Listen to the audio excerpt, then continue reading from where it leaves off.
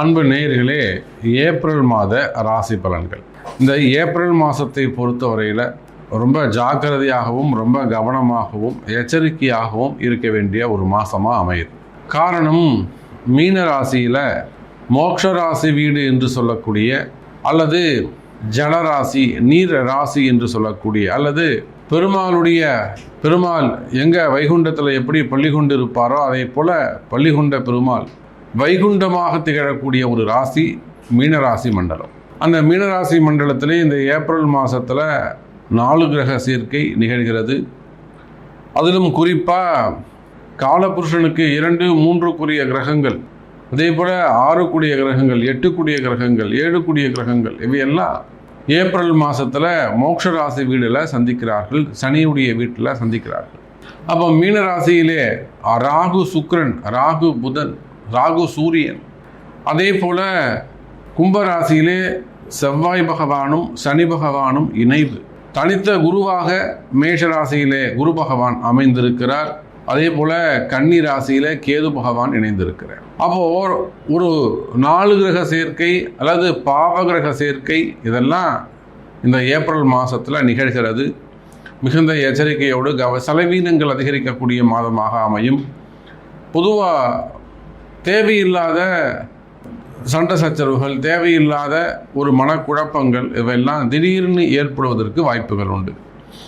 ஒரு சிலருக்கு திடீர் அதிர்ஷ்டங்கள் ஏற்படும், ஒரு சிலருக்கு பார்த்திங்கன்னா திடீர் மனக்குழப்பங்கள் ஏற்படும், ஒரு சிலருக்கு திடீர்னு பார்த்திங்கன்னா ஆரோக்கியம் சம்பந்தப்பட்ட பிரச்சனைகள் வரும். ஒரு சிலருக்கு ஏன்னா இந்த செவ்வாய் சனி சேர்க்கை இருக்கின்ற காரணத்தினாலே அதிகப்படியான கோபங்கள், அதே போல் மெயினாக வீண் விரயங்கள், அல்லது எந்த முடிவை எடுக்கிறது எந்த முடிவை எடுக்கக்கூடாது, நம்ம எடுக்கக்கூடிய முடிவு சரியாக தவறா அப்படி அந்த மாதிரி கன்ஃபியூஷன்ஸ், இதெல்லாம் இந்த 4 கிரக சேர்க்கை, 2 கிரக சேர்க்கை. அதே போல் தொழில் நிறுவனங்களில் பார்த்தோன்னா ஏதாவது ஒரு ஃபயர் ஆக்சிடெண்ட்டு, ஒரு தீ பிடிச்சிக்கிறது, ஏதோ ஒரு அபசகுணமாக ஒரு விஷயம், ஒரு கரண்ட் இபியில் ஃபால்ட்டு வர்றது, வெடிக்கிறது, மெயினாக ஃபயர் சம்மந்தப்பட்டது, இபி ரிலேட்டடாக வரக்கூடியது. அப்படின்னா ஒரு பெரிய எக்ஸ்பென்சஸ், ஒரு மிஷின் டக்குன்னு வெடிச்சிடுறது, அது ஃபேக்ட்ரி சம்மந்தப்பட்ட அட்மின் சம்மந்தப்பட்ட இடங்களில் சில ப்ராப்ளங்கள். அதே போல் வீடுன்னு எடுத்துட்டிங்கன்னா வீட்டுக்குள்ளே ஏதாவது ஒரு பாம்பு வருது, வீட்டுக்குள்ளே வேறு ஏதாவது விஷஜந்துக்கள், தவளைகள், அந்த மாதிரி ஏதாவது விஷஜந்துக்கள் வருது, இதெல்லாம் அறிகுறிகளாக அமையப் போகிறது. அப்போ ஒவ்வொரு ராசிக்கும் இந்த ஏப்ரல் மாதம் எப்படி இருக்க போகுது, என்னென்ன மாதிரியான நிகழ்வுகள்லாம் நடக்க போகுது, உங்களுக்கு ஒவ்வொரு ராசிக்கும் உங்கள் ராசிக்கு என்ன நடக்கும் அப்படிங்கிறத முழு விபரத்தோடு நம்ம பார்க்கலாம். வாருங்கள். அன்பார்ந்த ரிஷபராசி நேயர்களே, ரிஷபராசி நேயர்களே, இந்த மாதம் ஏப்ரல் மாதம் உண்மையிலேயே உங்களுக்கு ஒரு சிறப்பான மாதமாக அமைகிறது.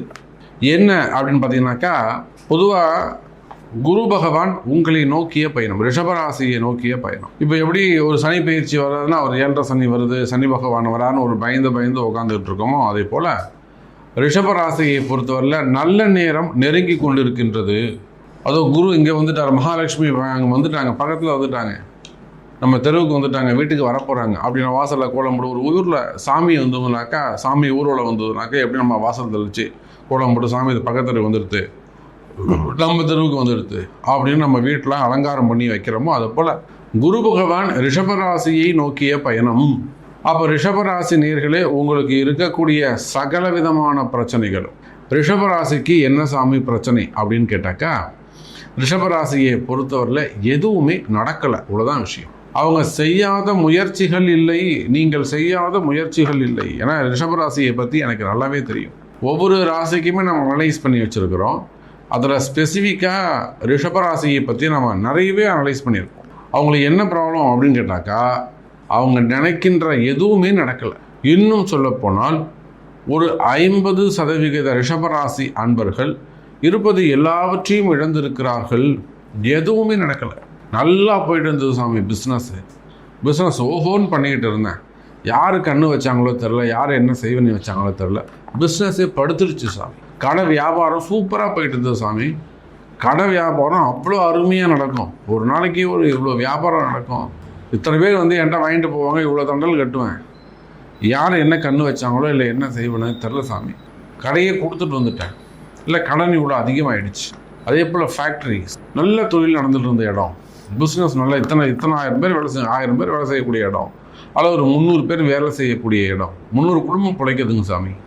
இந்த மாதிரி ரிஷப ராசி அன்பர்கள் தொடர்ந்து அவங்க என்ன நினைக்கிறாங்களோ அதுக்கு அகெயின்ஸ்டாக, அல்லது என்ன விஷயம் நடக்கணும்னு ஆசைப்படுறாங்களோ அதுக்கு ஆப்போசிட்டாக, அல்லது அவங்க நினைக்கக்கூடிய விஷயம் நடக்காமல் இருக்குது.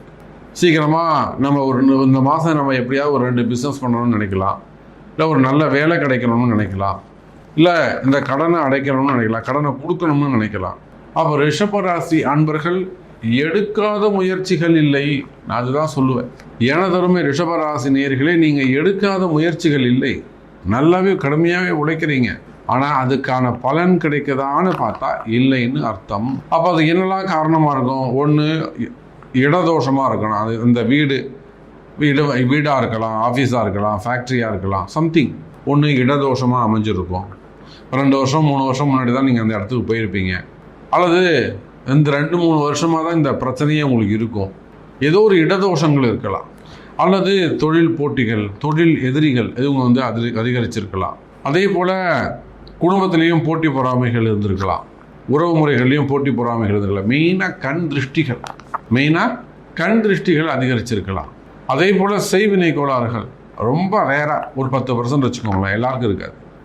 ஒரு 10% செய்வினை கோளாறுகள், மந்திர மாந்திரிக தோஷம். அப்போது எல்லாத்தையுமே இந்த ரிஷபராசியை பொறுத்தவரையிலும் என்னெல்லாம் நல்லது நடக்கணுமோ அந்த நல்லதெல்லாம் அப்படியே ஒரு தண்ணி எப்படி மழையிலேருந்து வரக்கூடிய தண்ணி ஒரு ஷட்டர் போட்டு தடுத்து நிப்பாட்டுறாங்களோ அதை போல் அந்த ஷட்டரை தூக்கிட்டு அவங்க தடைகள் விலகி தண்ணி குடுகுடுன்னு எல்லாருக்கும் ஊருக்கே தண்ணி பாய்ச்சிரும். அப்போ இந்த தண்ணி எப்படி இந்த ஷட்டரை தடுத்து நிப்பாட்டுதோ அதை போல் ஏதோ ஒரு குற்றம், ஏதோ ஒரு தோஷம், ஏதோ ஒரு செய்வினை, அல்லது ஏதோ ஒரு கிரகம் அந்த ரிஷபராசிக்கு நடக்க வேண்டிய நன்மைகளை தடுத்து நிறுத்துகிறது. அந்த கிரகம் எது, அல்லது அது என்ன கால நேரமா, அல்லது கால தோஷமா, அல்லது சனி பகவானா, கர்ம வினையா, கர்மாவா, அல்லது ஜாதக தோஷமா, ஆனால் சொன்ன மாதிரி இது செய்வினை கோளாறு அப்படிங்கிற விஷயத்தை கண்டுபிடிச்சி அது உங்கள் ஜாதகம் தான் பேசும். அப்போ உங்கள் ஜாதகத்தை கொண்டு அந்த விஷயத்தை கண்டுபிடிச்சி அந்த ஒரே ஒரு அந்த தடையை விலக்குவீர்களே ஆனால் நிச்சயமாக இந்த மாதம் உங்களுக்கு நல்ல மாதமாக அமைகிறது. ரிஷபராசி நேயர்களே, கடவுள் கொடுப்பதற்கு தயாராக இருக்கின்றார்.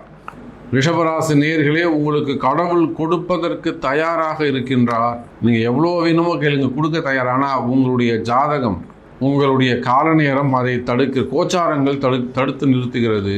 நல்ல தசாபுத்தி இல்லாமல் இருக்கலாம், நல்ல கோச்சாரங்கள் அமைப்புகள், கிரக அமைப்புகள் இல்லாமல் இருக்கலாம், அன்லக்கியாக இருக்கலாம்.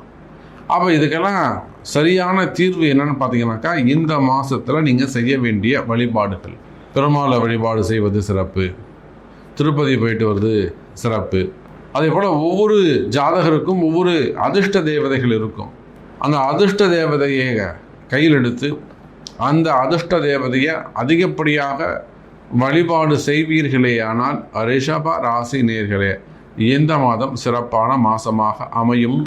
தொழில் அமைப்புகளை பொறுத்தவரையில் பிஸ்னஸ் நல்ல முறையில் இருப்பது, கம்பெனியாக இருக்கலாம், ஃபேக்ட்ரியாக இருக்கலாம், தொழில் நிறுவனங்களாக இருக்கலாம், பெரிய பிஸ்னஸ் மேனாக இருக்கலாம், ஷேர் மார்க்கெட்டாக இருக்கலாம், டெக்ஸ்டைல் பிஸ்னஸ். டெக்ஸ்டைல்னால் இந்த மாதிரியான வேஷ்டி துண்டுகள்லாம் விற்பனை பண்ணக்கூடியவங்க, ஹோல்சேலாக எடுத்து செய்யக்கூடியவங்க. இப்போ நம்ம நிறைய பார்க்குறோம், இந்த சேலம் சைடில், ஈரோடு, திருப்பூர் சைடில் நிறைய டெக்ஸ்டைல் பிஸ்னஸ் பண்ணக்கூடியவங்க, சின்ன சின்ன தொழில் செய்யக்கூடியவர்கள் மொத்தமாக கம்பளில் போய் எடுத்து செய்வாங்க, வேஷ்டிகள், அங்க வஸ்திரங்கள்.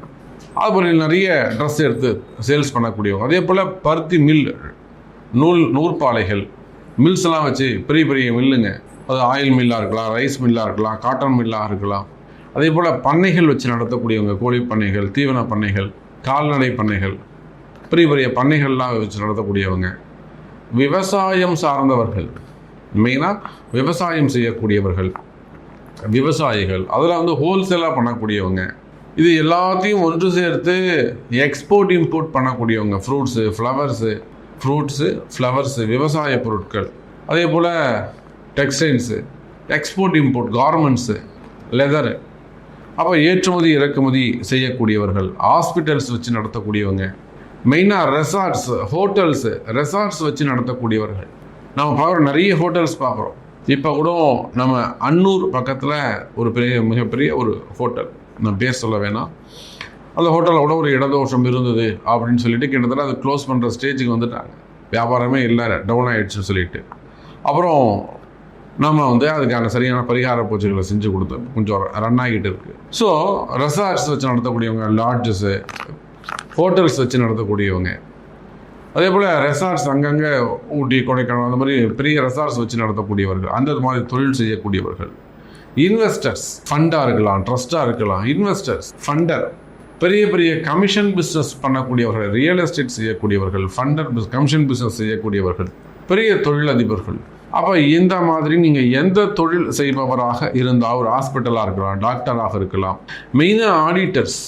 நம்ம ஆடிட்டர்னு சொல்கிறோமே தவிர அவங்களாம் ஏதோ சூப்பராக இருக்காங்க, அவங்களாம் நிறைய வருமானம் வருதுன்னு நம்ம நினைக்கலாமே தவிர, அவங்களுக்கும் ஒரு சில ஃபேமிலியில் ப்ராப்ளம் இருக்கலாம், இல்லை பிஸ்னஸில் ப்ராப்ளம் இருக்கலாம், இல்லை பசங்களால் பிரச்சனைகள் இருக்கலாம்.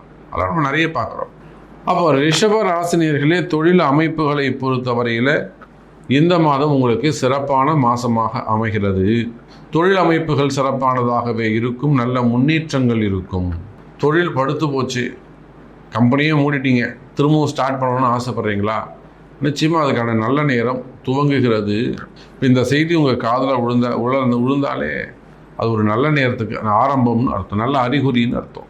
அதே போல் வேலை வாய்ப்புகளை பொறுத்தவரையில் ரிஷபராசி நேயர்களே இந்த மாதம் நிச்சயமாக உங்களுக்கு சிறப்பான மாதமாக அமையும். நிறைய நம்ம பார்க்குறோம், 48 வயசு 45 வயசுக்கு மேலே நிறைய பேரை நம்ம வேலையை ஒட்டி பண்ணி பாட்டுறாங்க. அதுவும் குறிப்பாக யூஎஸில், கனடாவில், யூகேயில், இந்த கண்ட்ரிஸ் எல்லாம் யூரோப் கண்ட்ரி, மெயினாக யூரோப் கான்டினென்ட்டு ப்ளஸ் ரஷ்யா. அப்போது ஜாப் ஆப்பர்ச்சுனிட்டி கிடைக்குமா, எனக்கு மீண்டும் வேலை கிடைக்குமா, நான் இங்கே தங்கி இருக்க முடியுமா, அதனால் நான் ஊருக்கு வந்துடுவேனா, இல்லை எனக்கு ப்ரமோஷன் கிடைக்குமா, இல்லை ஜாபில் ஜாப் செக்யூர் இருக்குமா, இல்லை எனக்கு பிஆர் கிடைக்குமா, இந்த மாதிரி பலதரப்பட்ட கேள்வி. வேலை வாய்ப்புகளை பொறுத்தவரையில் ரிஷப ராசி அன்பர்களே இந்த மாதம் சிறப்பானதாகவே இருக்கும். வேலை வாய்ப்புகள் கைகூடும். அதே போல் திருமண யோகங்கள் கைகூடும். திருமணங்கள் சிறப்பானதாக நடக்கும்.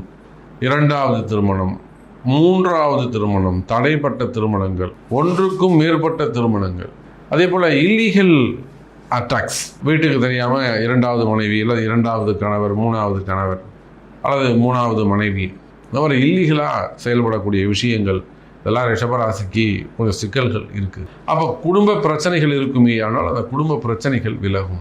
இன்னும் சொல்லப்போனால் இப்போ தான் மனைவி உங்களை பற்றி புரிஞ்சுப்பாங்க. இத்தனை நாள் அவங்க ஒரு அம்மா பாசத்தில் இருந்திருப்பாங்க.